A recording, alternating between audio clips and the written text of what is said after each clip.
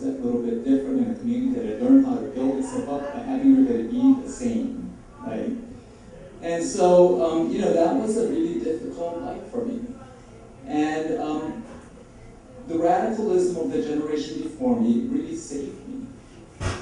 I became interested in everything not my community. So I read classics of American literature, and I also came into contact with people, or with the writings of people like James Baldwin, and through him with the writing of people with the literature of the Black Power movement. And those things opened me up and made me see that some people weren't just about reproducing the same, they wanted to make things different.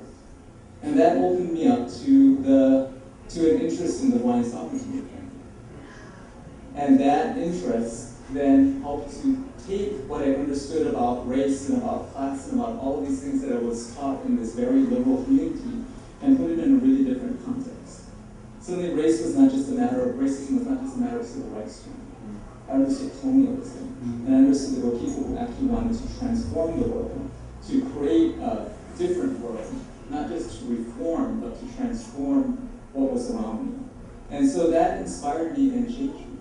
And so, you know, I left high school and then I found my way back, and I ended up becoming a tutor and then a social worker, and I did all of these things without the benefit of college because I had all of these words of people who had, you know, pioneered this path for me.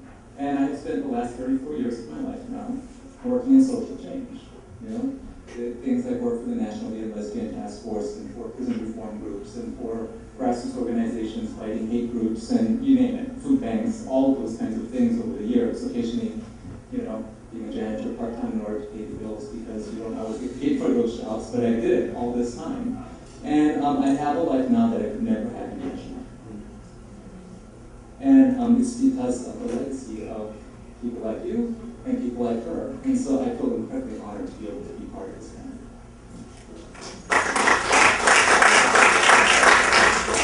I feel I'm like, you're all young, but like, you know, I feel like I don't have much to share because I'm so young and I'm so honored and humbled to be up here speaking along with these incredible people. I grew up in Queens, New York, in Ridgewood. I had such an identity crisis because I was like the only Asian kid amongst like Puerto Ricans and Polish people. And then like my parents owned nail salons in downtown Brooklyn, so like I always went to the nail salon, and the customers in the neighborhoods at that time were mostly West Indian and Black. And so like, and then when I was in high school, I moved to LA, it was all Asian people. Am I Asian? Am I Puerto Rican? I was so confused because I had such a multicultural, multiracial experience growing up.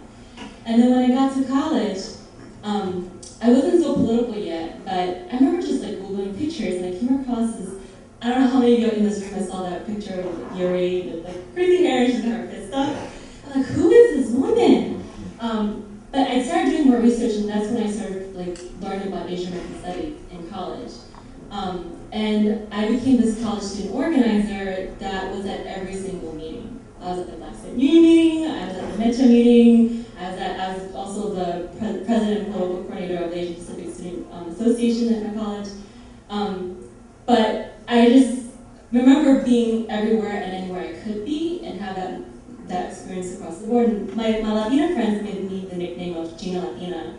My Black friends gave me the nickname Dashiki Dang, because I felt like we all had to fight together, and none of us would be free unless we're all free.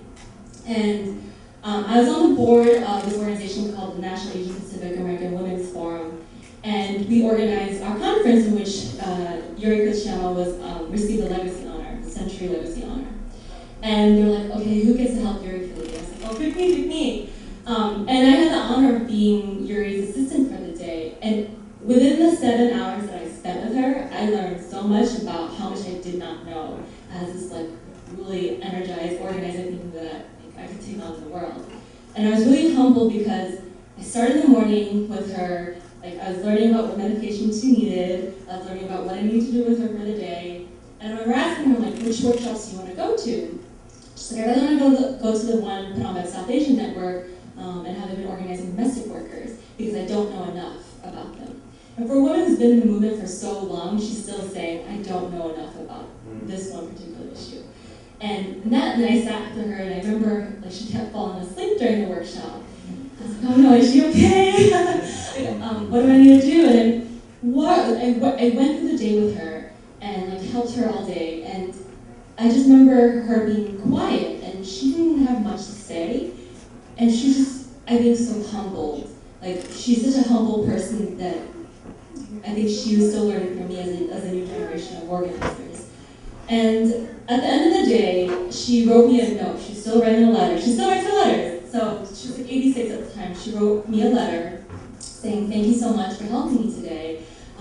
You know, you were so helpful. Thank you for not judging me for falling asleep during your workshop. And I'm thinking, like, this woman is so amazing, and she's still self-conscious about me, like, being next to her while she fell asleep during a workshop. But that just taught me so much about what we need to learn for the rest of our lives, no matter how old we are, in the movement. But that's my story with Yuri. Yeah. All right, thank you. So, I don't know, for me, I was just so energized hearing your stories about how people like Yuri have directly or indirectly impacted your life. And I think what you were saying about love and radical love for your community, about how the movements that she was in has helped Scott, you heal from the isolation that you were feeling, and teaching about solidarity and learning about how we fit into this movement. I think a lot of us in this room and downstairs have similar stories too. And I think for me, I try to draw lessons from people's lives, from historical figures like Yuri, to help point the path forward, because I think that you can agree that we are in a really fractured, tenuous political moment. So my next question, and we can popcorn this, and you can have a discussion on y'all, is in what ways does Yuri's life and her involvement in the movement give us clues on how we can move together today to transform our communities and our world? Yeah. One of the things that was really powerful in the film was the part where Yuri talked about that she understood what the nationalists were calling for when they talked about separating, and they talked about the Republican of Africa, but she was also fighting for civil rights at the same time.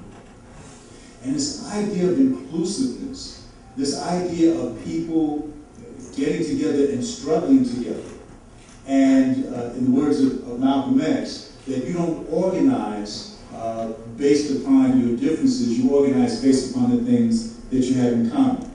So he always talked about a common enemy and then finding those things that we had in common. And around those things you could see today, we're talking about the mass incarceration of our youth.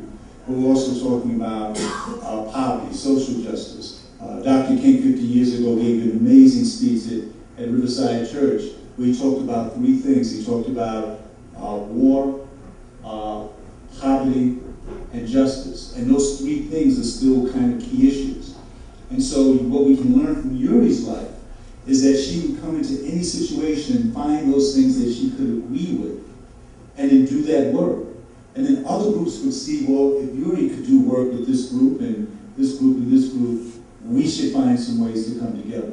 And it's so important for us to understand that those struggles are not isolated, that there are different aspects that we have to fight. And so somebody may be interested in incarceration, somebody else is interested in health, somebody is interested in gay, lesbian, LGBT rights. That all of these things have a place, not only at the table, but that we have to be at the table together. So that when we push the button, when you see that people came out to demonstrate, those numbers of people that would come out, those hundreds and those thousands, were people who may have had different primary interests, but understood the importance of getting up early in the morning to support those common interests. I took a couple of notes while I was watching the film of ideas I didn't want to forget. And to pick up on what Jamal was saying, we used to say, unite all who can be united. And that was something that Yuri was very clear about. And when you talk about fractured movement. I think that one of the things to really recognize is that things are different today. Because I think when we look at the movements of the past, we can sometimes get these romantic notions and try to apply things that maybe don't apply. But what does apply, and I think the lessons of Yuri for me and for the movements of those times, are the underlying principles. And one of the things that is extremely important that you don't see enough of is the teaching of history. Because we need to understand history. And one of the things that we used to do a lot, both in the Black Panthers and in the Young Lords, we studied history. Sure. We studied our own histories, and we studied each other's histories. So, and Yuri makes reference to it in the film, and how important that is for us to have that love for one another, to have that empathy, that compassion. And those of us that grew up at that time fought and were influenced by the war in Vietnam. And that's, for some of us, that was our first history. And for some of us, African American history was our first history. I mean, I knew about Malcolm X before I knew about Albizu Campos. So, but we have to understand and study history, and I think that that's one of the things that's being lost today among organizers, is the studying of history and passing that on, because we're in a time that is very, very oppressive, that is very anti-intellectual, for the lack of a better word, meaning that it's against knowledge and people's knowledge. And we have to reclaim that and pass on history. The other thing about Yuri was use of multiple tactics. So going down to Congress, which some of us, oh, we're not going to go down to Congress, or participating in the taking over the Statue of Liberty, or educating young people in a school, or mobilizing to go to City Hall, a variety of tactics. Now I will say this, today's tactics are all leaning more toward the right and the vote and all of that, and we need some of those other tactics, the more civil disobedience tactics, because I think we've gotten a little weak on that. When we think about what we need to do, we think about, oh, our elected officials, and most of our elected officials are either a bunch of crooks or sexual deviants. That's really what we have today. So I think that it's important then to teach history, have multiple tactics, and unite the most that we can unite. The other thing is building organizations. And that's why an organization like CAAAV that has been around, I have great respect for CAAAV. I've seen it for many years, known a lot of the leaders.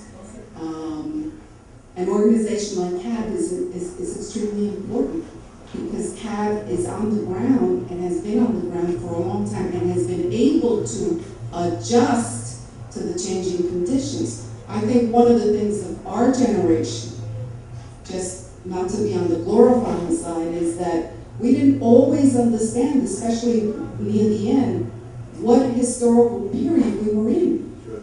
And globalization was out ahead of us. And we didn't understand that, and so we were organizing for another time when we should have been organizing for the time we were in. And I think that that's something very important for us to look today, because I'm not sure we know what time we're in, and what are the tactics that are appropriate to this time, and then how we take the principles that are still true. History, unity, the oppression of poor people, people of color, how we bring that together in organizations to move forward. Sometimes we're fighting over things that are not that important. Who is the real enemy? The enemy is big, and they're powerful. And so we got to be strategic and smart. Yeah.